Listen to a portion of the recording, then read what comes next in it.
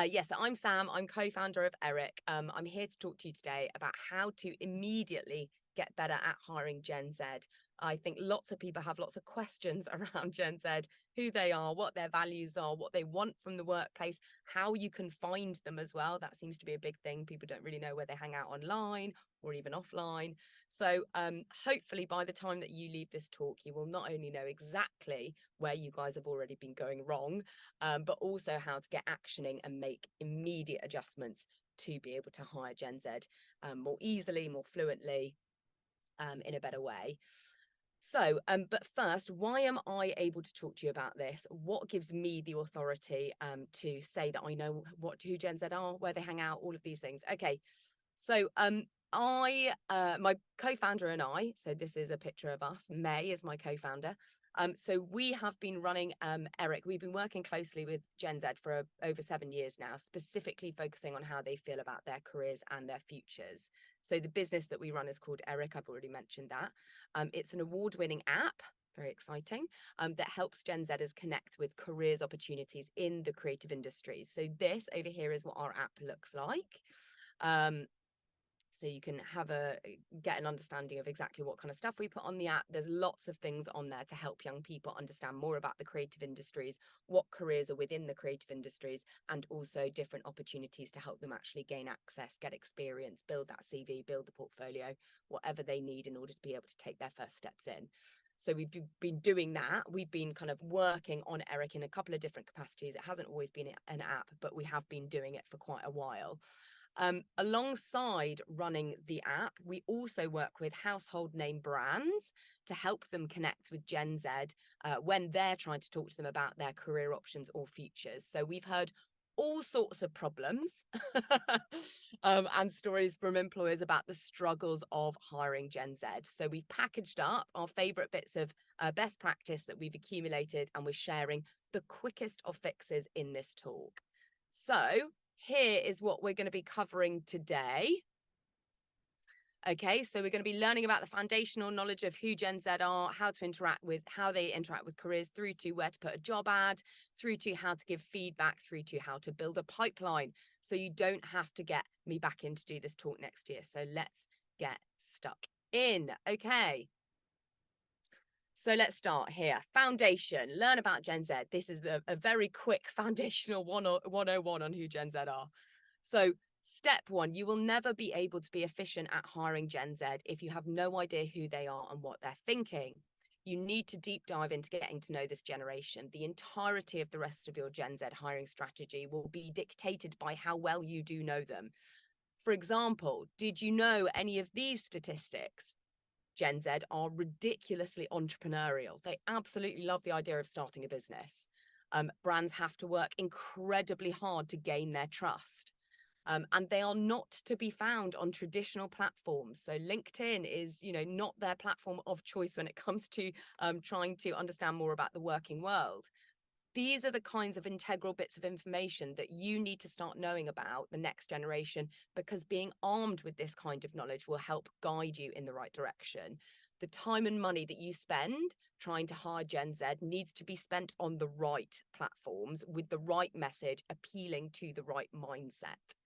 And that is a lot easier to do when you know what their future goals are, how they're feeling, and where they're hanging out. Okay, so answering these questions does take time. So it is a big task, understanding a bit more about Gen Z, understanding more about what makes them tick. So if you want to upskill yourself, but you don't know where to start, I have sorted something out for you. We have got another talk, which is called Who Are Gen Z and Gen Alpha? Gen Alpha is the next generation after Gen Z. They're under 13 years old, so you do need to start thinking about them now.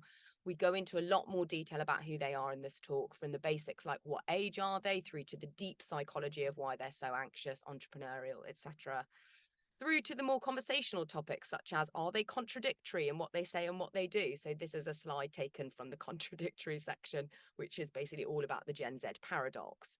So that is something that you can do. You can get us to come in and do that talk. That's very easy. I can do it online like this. Or if you do want to do it yourself, I definitely recommend just sitting down, spend an afternoon Googling and having a look on TikTok. Okay, TikTok is your absolute mecca of Gen Z understanding knowledge. So specifically subgenres of hashtag career talk. I don't know if you guys have heard of career talk. We go into it in a bit more detail later on. But that is where you are going to find so much information, so many little bits and nuggets of knowledge about how Gen Z feel about the workplace, their careers. That is a really good place to start if you are going to sit down and do the research yourself. Another thing that I recommend is setting up a Google alert for Gen Z reports and news to keep constantly updated as well. So that's what I have. That's how I ended up shaping this talk from, like, you know, a couple of years worth of getting Google alerts. You can get a Google alert sent to you every single day, so you keep up to date on the top line of like what kind of the different trends are amongst Gen Z and how you can keep on top of them. And then obviously, otherwise, you can just get us to come in and do the talk. We've done all the hard work for you, so you can get me to do this if you wanted to. Okay, so point number 2, expectations, entry-level realities. I actually did a post about this the other day on my LinkedIn, so I highly recommend going and have a look there. Okay, don't ask for years of experience on your job adverts if it is a Gen Z targeted entry-level role. Okay, images like this have been circulating non-stop on social media, and it's because young people are perplexed as to why they need so much experience for an entry-level role. By definition, doesn't entry-level mean that you are starting from the bottom? And what constitutes adequate experience anyway? Is it an internship? Is it a job? Is it a training scheme? A passion project? They are so confused as to what experience an employer is looking for. And also, why is it labeled entry level if it's not actually entry level? In the creative industries alone, a recruitment advertising agency analysed 95,000 entry-level jobs and found that 61% required 2+ years of experience. And it's putting young people off applying. It is an unreasonable expectation to put on someone entering the job market. The expectations that employers have for entry-level talent is getting more extreme. Why? Why is that the case? Less employers are willing to take risks and invest in the upskilling of young people, and Gen Z have had enough. They are very annoyed. So if you do want to be the employer providing the training, then they won't be able to get enough of you. So there's a bit of an irony in this of being like an employer who is putting out an advert for an entry-level job and requiring an extreme amount of experience, because the people applying to the job will not look at your company favorably and they will be more likely to leave at the drop of a hat. Whereas if you are the employer that positions yourself as that company that trains up a load of young people coming into the workforce, they are absolutely wedded to your brand. They will love you. So providing training, upskilling, and career development for employees means that they are actually statistically more likely to stay at your company longer. So taking the requirement for experience off the CV and investing in training means that you're actually saving money and time having to re-recruit. It actually ends up being cheaper providing the training, not asking for experience in an entry-level role. So set your expectations to fill the actual title of the job role. If you require experience, don't label the job as entry level. Or if you need them to have experience, set up a training program that can provide them with the experience that you need from them before they apply to your entry-level roles. If you need examples of what those training schemes might look at, I highly recommend downloading the Eric app, obviously. But we have so many employers on there who have invested in training schemes. And so there's a really good kind of coherent place where you can go to and compare all the different things that different companies are doing, and you can take inspiration from that. Number 3, skills. Okay, so you need to open doors to the Gen Zers who are proving their skills in non-uni ways. Why? 2 reasons. First, Gen Z are shunning uni because of rising fees. And secondly, Gen Z are finding other ways to learn outside of the education system. So let's talk about point 1 first. The truth is, and I think that it is kind of often peddled around that, or we default to thinking that lots of people go to university because university gets lots of PR. The truth is, a relatively small portion of society goes to university, and it's actually getting even smaller over time. So the main reasons that people don't choose to go to uni are: one, insufficient careers advice means that they've self-selected out as they don't think that they'll be able to get into university in the first place, or they think that they have limited localized career paths available to them. So basically, a young person is at school, they're talking to a careers advisor, and the careers advisor is like, you would never get into uni. That's probably not true, but that's what they've been told at school, so they don't even end up applying anyway. Second, and this is a massive topic of conversation, again, on TikTok, highly recommend going and having a look at the debate that young people are having at the moment about uni fees. Financial concerns that can have a detrimental impact on the experiences of higher education. So either young people have existing financial restrictions, so it might be that they already have to have 2 jobs in order to be able to contribute to the household that they're part of because the parents are struggling to pay rent or a mortgage, or they are reluctant to accumulate more debt on top of what they've already got. So young people are often in debt already. There's a number of different reasons for that. I go into detail in another talk that I do. But that is this is a growing conversation. So universities basically are on the decline, mostly because of the debt.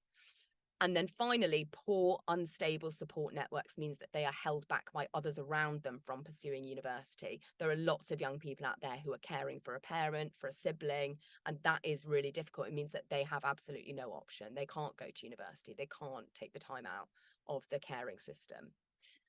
And then the second point about financial concerns. Oh, sorry. The second point about financial concerns is huge. I've already been through that. Okay, so what are they doing instead? So the second point that I was talking about before, which is they're finding other ways to learn outside of the education system. So we're going to talk about that now. Okay, they are learning skills elsewhere. So there is a growing movement of on-demand learning online. It's actually dubbed DIYL, do-it-yourself learning. So it's a good acronym. Okay. So they are increasingly turning to things like DIYL or peer-to-peer learning as a more accessible, cheaper, and quicker way of gaining a skill or knowledge. Okay, so here are some statistics. 60% say peer-to-peer learning helps them exchange ideas and consider new perspectives. That is something that you see rife online on social media. Young people telling other young people about stuff that they've learned, recently accumulated knowledge. Young people want to share it with each other. It's really interesting. It's very collaborative. And then other places like YouTube, kind of tutorials, free tutorials online. There's lots of stuff going on Reddit as well, kind of how-tos on Reddit now, lots of threads. So it is a very different landscape to when we were all, trying to get our first job because we didn't have access to any of these kinds of online learning platforms that were free. Okay, so question for an employer. Why is this relevant to you guys?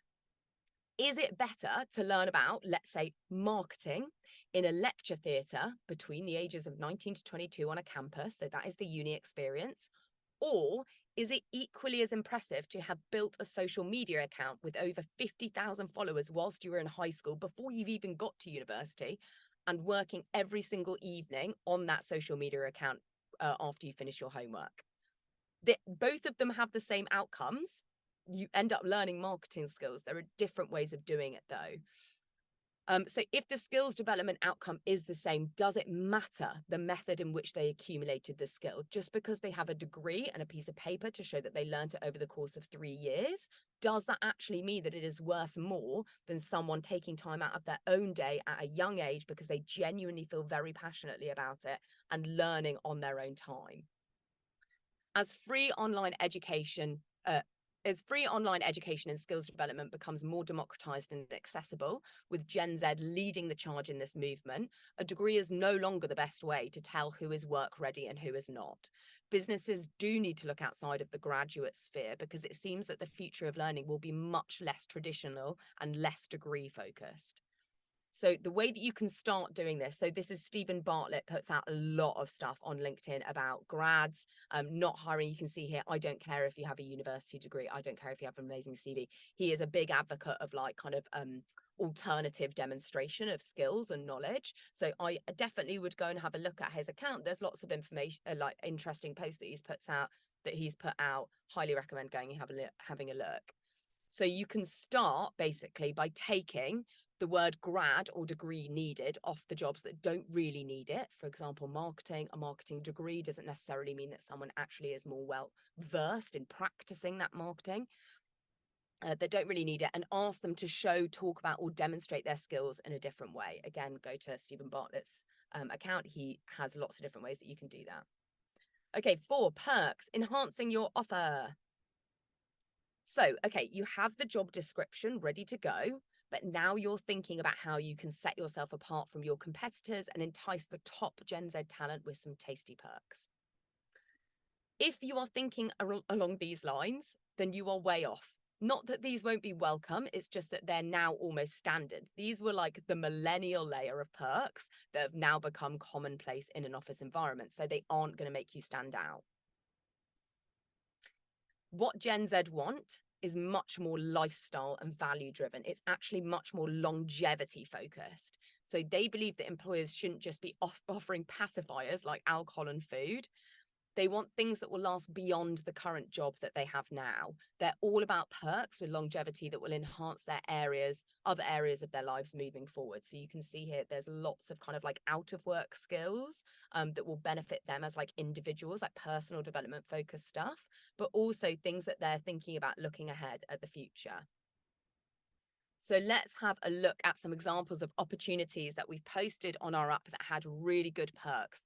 So this basically is a, let me have a look. Yes, this basically is a publishing house, Osprey Publishing, and they had a load of really good benefits here. So when I send these slides around afterwards, I highly recommend you guys looking at this. This is one of our best demonstrations. This is one of the best kind of like job descriptions that we've ever seen, because first of all, it's laid out so clearly, but the perks and the benefits are so clear.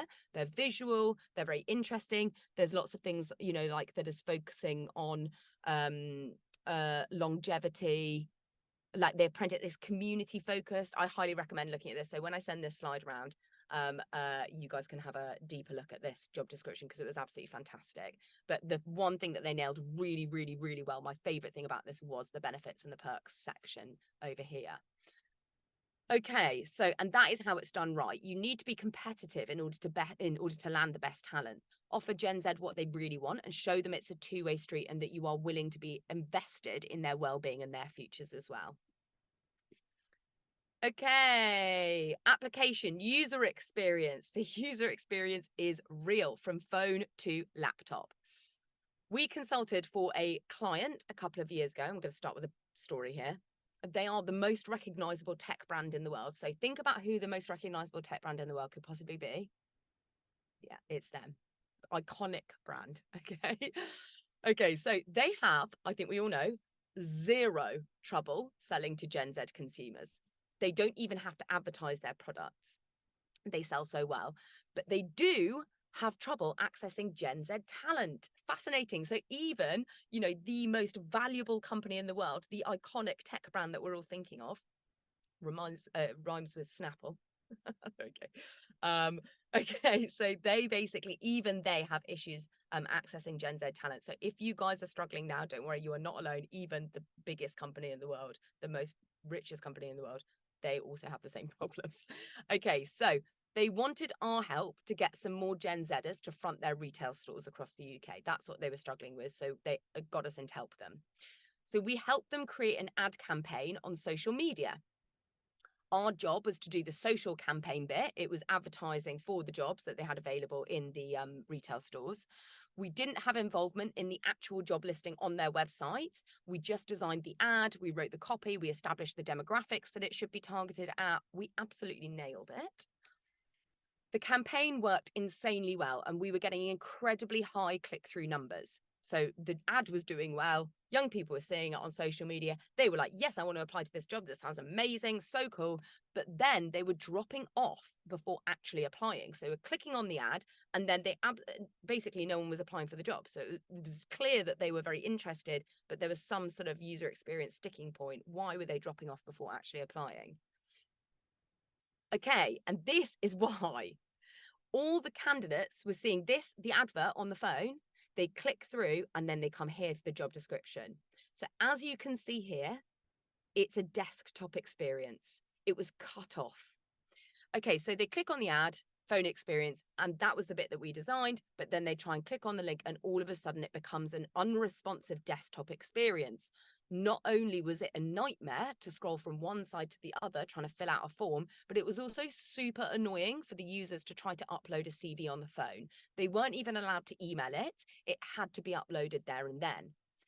And then they wanted, on top of that, an essay statement. Try writing that on your fiddly little phone. Like, it's just going to be a nightmare. You're going to be there for hours. Your thumbs are going to get so tired. And that is such a good example of how user experience can actually stop people from applying to your jobs. And it's particularly prevalent with Gen Z because they are always on their phones. They are looking for things on their phones. You need to make your job application a phone experience. 46% of Gen Zers have applied to jobs on their phones for an internship or a job via a mobile device or on the go. You need to cater to that audience. You have to keep up with the tech savvy. So do your own application experience and see if it passes the test. That is the best bit of advice. Okay. Number 6, outreach. So you've got to use relevant platforms and communities in order to be able to hire. Monster, LinkedIn, Indeed, some of the platforms that you're using to recruit Gen Z are actually more than double the age of the platforms Gen Z are using. Some of these platforms are actually older than most Gen Zs are. Like, that is crazy. And it shows, you know, the branding, the user experience, the clunkiness of these platforms. If you're using any of these to recruit Gen Z, then you're not using your budgets or time effectively. These platforms are from a time when we were limited in terms of providers that we could use. They're from a different era, created for a different generation of users. They are the recruitment equivalent of Facebook, and Gen Z don't use Facebook. You need to use the platforms that are right for the audience that you're targeting. Okay. So we don't live in a world where you go to one recruiter for everything anymore. And again, that's the previous platforms on the other slide. That is kind of the world that they were part of when they were created. There are so many recruiters now that specialize in different types of Gen Z talent. So we've got tech, legal, finance, startup, retail, hospitality, part-time, marketing, music. Oh my God, the list goes on and it gets super, super, super niche. There are platforms out there that are so niche, they are actually wild. Like Gen Z VCs, I think, is a really good example. So this is for Gen Zs who want to work in venture capital, but it's Gen Zs recruiting other Gen Zs as well. So it's a community. It's actually a Slack channel, and basically it's Gen Zs who are in venture capital who have been tasked with hiring other Gen Zs. That is how niche it is. Like, it's actually insane. And that is the world that we live in now. So you need to reassess the recruiters and tools that you're using to hire Gen Z and find the specialist ones that work for the audience that you're trying to hire. And sometimes those recruiters can be found in very, very strange places. So I'm going to give you an example of how you can actually use a recruitment platform that actually isn't necessarily like originally intended to be a recruitment platform. Okay, so I don't know if anyone has ever heard of Demois. So I'm actually, sorry, it's really hard to like say. So I'm just going to write it in the chat to everyone. Okay, so Demois. I imagine that those in fragrance might have actually heard of it because it's a very like celebrity culture focused. There we go. I think everyone can see that. Demois. Okay. So which platforms would be best for retail? Amazing. Yes, guys, keep asking questions. I can help answer any of the questions that you put in the chat, definitely, or the Q&A. Okay, so if anyone hasn't heard of Demois, I will explain what that is. So if you're into celebrity gossip, or if you're in the fashion beauty area, maybe music, maybe kind of another pop culture sector, then you might have heard of it. But Demois is an Instagram account, okay? It posts up to about 50 stories a day. It's kind of like a real life gossip girl. So it puts up photos of like celebrities in the wild, like, you know, stories about celebrity gossip, all of that kind of stuff. So it's a bit of like a kind of anonymous tea account. Okay, and that's how it started out. It started out as an anonymous tea account over lockdown. It ended up gaining it's got over 1 million followers now on Instagram, and that's happened in the last 3 years. So this is relatively new. Okay, so it originally started posting celebrity gossip, photos of, you know, celebrities in the world, blah, blah, blah, like I said. But now about 10% of its content is a mixture of industry information. So big announcements, new releases, and job postings. Okay. So people in the TV, film, fashion, and beauty industries actually started using this Instagram account to recruit people because they recognize that the followers of this account are tapped into celebrity culture already, and they are kind of exactly the kind of people who are so passionate about that area, that kind of celebrity economy almost, that they would be the best candidates for the jobs that they have available. So that is how effective. So these kind of companies are actually choosing to use Demois now over other recruitment businesses like the ones that we saw before. So that is so interesting because that is how effective this community is at finding captive potential talent. Gen Z spend just under 3 hours a day on social media. They are loyal to the communities that they're part of. They absolutely love a community as well. So you need to identify the active online conversations that are directly related or adjacent to your business and be present there. So like Demois, like your Gen Z employees could already be part of these communities. You've just got to ask them. Find your Demois. And actually, if you guys are in the beauty industry, then maybe Demois is the right one. But you need to find your version of Demois and connect with Gen Z talent through that community. And you might find that that is actually a more effective recruitment system. Instagram and TikTok is a great way to find suggestions of where these accounts might be. So we're always being tagged in Careers Advisors posts on Career Talk, hashtag Career Talk, recommending Eric as a platform to find opportunities for the creative industries. So don't underestimate the comments as well. Highly recommend every time you see something that's interesting, every time you see an account that might be useful, every time you see a post that might give you some indication as to where Gen Z are hanging out, the Gen Z that you want to attract into your business, go to the comments. People often put in their own suggestions for where young people should be going to go and find jobs in the comments, or they'll be recommending places, jobs for young people to be getting in the comments as well. So please do go and have a look at the comments. I feel like that's actually something that only Gen Z do and other generations have absolutely no idea about. I spend like 90% of my time in the comments on social media. Okay, so I think I've done that point. Hopefully you get that by now. Feedback. Okay, so don't ghost. Always tell people if they didn't get the job.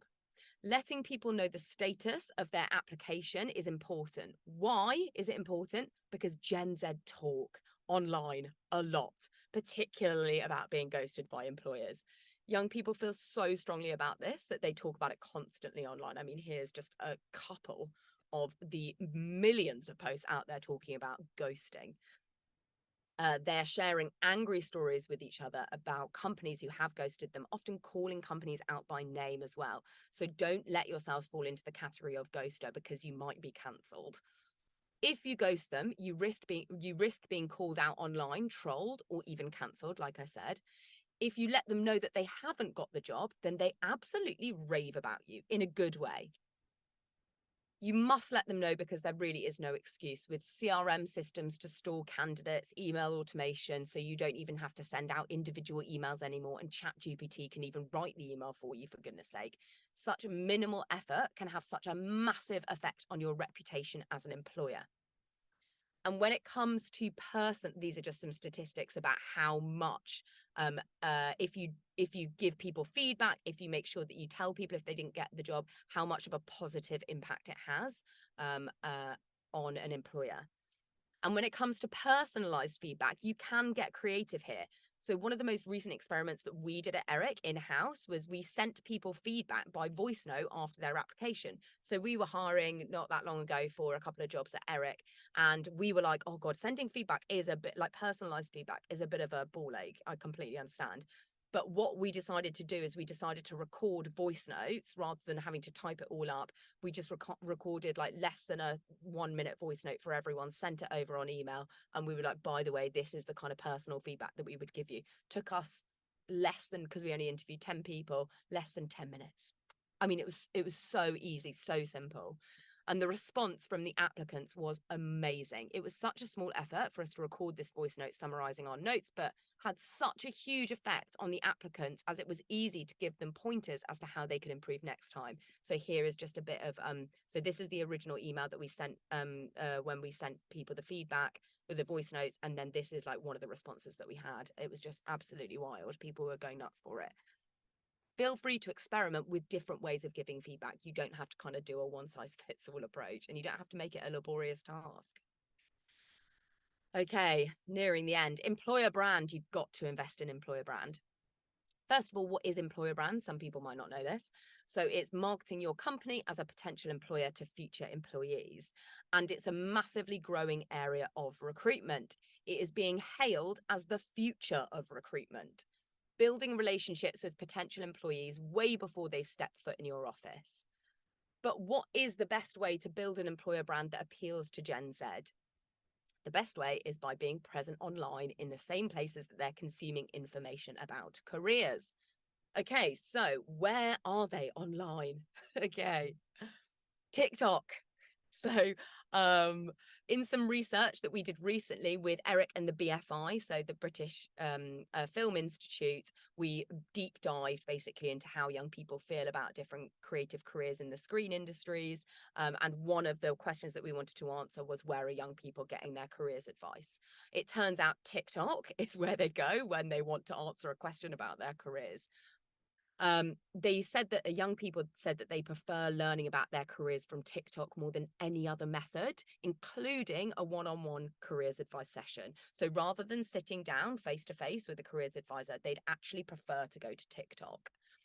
And they spend a lot of time investigating what their future career options might be by consuming 5 hours worth of careers content online a week. However, this careers content isn't framed in the way that our generations expect it to look like. So you've probably got an image in your head of what that careers content might be. It is not that. It is not reading a dry article about how to write a cover letter. It is consuming motivational careers stories via Instagram. It's watching an Ask Me Anything with an influencer on Reddit about how they manage their work-life balance. It's doing a quiz about what job you're most likely to do on a film set. Young people, here we go. Oh, look at me in the same booth. This is basically, these are some screenshots of some different TikToks that we basically think represent the kind of information that young people are consuming online most accurately. So it is edutainment. It is edutainment focused stuff. So this one here is basically someone famous talking about how they made it to where they are now. And then this is me basically giving kind of information about the UK creative industries, but quick, less than 30 seconds long. This is a hashtag tour, like office tour. So this is a young person in Copenhagen doing a tour of the office that they work in. And then this is a lawyer basically who's decided to share her day with whoever is watching. And it's a hashtag day in the life of a lawyer. And that is the kind of stuff that young people are consuming online. So you need to make sure that you're on TikTok, building a relationship and reputation with Gen Zs in the space that they're already consuming careers content on. But you need to make sure that your careers content is interesting, that it is capturing the attention of young people, that it is competitive with the kind of edutainment stuff that they're already consuming online. As I said before, have a search of hashtag career talk and see what other employers are doing and copy them. There's no reason why you can't copy. What do they say? What is it? Copying is the sincerest form of flattery. Imitation is the sincerest form of flattery. So, you know, you're actually paying those other employers a compliment. Okay, 9, pipeline. Start early and build a pipeline. So I might have helped with some of your more immediate hiring problems, but in order to really future-proof yourselves, in order to make sure that you're not experiencing any of these hiring problems moving forward, you really need to start building a talent pipeline, making sure that you have a perpetual stream of young people wanting to work for your business, so you can make sure that you aren't in the same position of trying and struggling to outreach to new talent next year, the year after that, the year after that, and it goes on. So how do you build a talent pipeline? It is very simple, as this picture demonstrates. You need to get involved with schools. The best way to build a talent pipeline is by getting involved in careers education as early as possible. This is how you get a perpetual stream of Gen Z, Gen Alpha, and the generations after that all wanting to work for your brand if you put the graft in very, very early. This is why the classic STEM industries, you know, the kind of ones that young people are often thinking of, this is why STEM is such a sought after career by so many young people. Pharmaceuticals, healthcare, medicine, all of these things. Because about 10 years ago, those industries all had a talent shortage as well. They're experiencing exactly the same thing that we're experiencing in the creative industries. They had no pipeline, no one knew what jobs were in the sector, and they were struggling because, frankly, you can't be what you can't see. If kids had never met anyone who had a STEM job, they had no idea that they existed. So they took loads of resources and invested it in getting us in front of as many kids at school as possible, talking to them about careers in STEM, hosting workshops and events for kids in primary, secondary, and sixth form, doing tours of their offices, interviews, podcasts, articles, you name it, they did it. And now STEM has the best talent in the UK wanting to work in their sector. And as you can see here, this statistic, 73% of school students have met someone who works in STEM at their school. Like, that is a crazy statistic. That is a lot of young people. So now STEM does have the best talent in the UK wanting to work in their sector. And that is the power of building a talent pipeline. The moment that young people, someone starts talking to kids about choosing GCSEs at the age of 13, that is when the conversation gets real. Why then? Because they think that whatever GCSEs they choose will define their careers forever. We all know that that isn't the case, but to those young people, that is it. They have already boxed themselves into what they want to do for the rest of their life because they think that's what they're doing. So you need to be present earlier than that. You need to be part of their early careers education, and you need to be inspiring them about your industry because they don't know you exist until you get in front of them. You're getting usurped by all of those STEM industries, the army, healthcare, the police, because they are putting the graft in early. They are doing the work. So the talent competition starts when they're in school. As you can see here from the diagram, the companies that appear earlier have the best chance of getting the best talent because they are grafting and there is less competition down here. If you're only appearing at the last hurdle, you're competing not just against your competitor companies, but all the companies in all the other industries as well. So that is the saturated market. In order to get their attention and interest, it is not enough anymore just to exist at the finish line and expect people to already know your brand and want to work for you. So if you want to do this, if you want to start putting in the graft earlier, you need to make sure that give them a reason to connect with you, give them competitive levels of value. You need to invest in being part of their careers education, giving them advice about your industry, making them feel reassured, making sure they know about your business and the different roles that are available, the structure, the hierarchy of what you do, like all of those details, all of those bits of information will help young people feel more confident about choosing a career in your sector. Okay, so where do you find these schools to be involved in? Well, first of all, we have a new consultancy arm, basically, with a wonderful man called Lee Adams, who is basically an expert in trying to connect companies who are mostly based in the creative industries or creatively branded with schools. He gives a really good talk all about the landscape of what schools looks like, how it's all structured, how you can actually work, like kind of get your way into a school, who you need to target. So I can absolutely put the details for that in the email afterwards when I send over these slides. But that is, and we do a lot of consultancy with him there. So if you do want to kind of talk more about getting into schools and how you go about that, actioning lots of those things, then we can help you do that. But we actually also Lee and I produced a report for the BFI together, which I've already mentioned. And there are some kind of like top line things that you can do in that report that will give you a taster of what we can help you do later on. So again, I'll send over the link to that report so you can have a look. It is mostly about careers in screen, but the learnings are transferable across any industry. So just basically skip straight to the end and you'll see we've laid out very clearly 5 different action points of things that you can do, and then get in touch with us if you'd like us to kind of talk about that in more detail. Okay, so if you do end up getting into schools, doing a talk, I don't know, getting in front of young people, doing as much as you can, what kinds of questions can you be answering? Here is a recent LinkedIn post that I did as well, that again will give you a kind of good, quick synopsis about the things that you can talk to young people about, or the things that they will want to know about. So that can get you started too. And that brings us to number 10. Okay, so once you've got, using all of the things that I've just shared with you, you've got your exciting new Gen Z employees in, and, you know, having used all those fantastic techniques that we've gone through, there is one more thing that you can do, one more quick trick, number 10. You can ask them how to be better next time. What did you do right? What did you do wrong? What new techniques would they suggest that you do? What is trending in their world? And what's the conversation around recruitment and employers? You have an incredible resource within your walls, the Gen Zs that you have already hired. So they have been through your processes. They have firsthand experience of how effective you are as an employer. You need to start using them as a feedback loop to how you can reach more young people like them moving forward. Keep your ear to the ground in terms of the trends or the conversations that they're having between each other. And that also gives you a very easy, actionable thing to be able to improve on moving forward. Okay, so that is it from me. So here is a QR code for what we do at Eric. So we are looking for companies basically who want to reach out to young people more. If you would like to use our app in order to be able to do that better, please get in touch with me. We have, oh my God, we can give you guys a 20% off as well. So make sure that you say that you've come from the Fragrance Foundation talk. If you do want to use the app. And then obviously we have lots more CPD that we can do for you guys. I've already mentioned the talk that Lee does about getting into schools. We have loads of other stuff like that.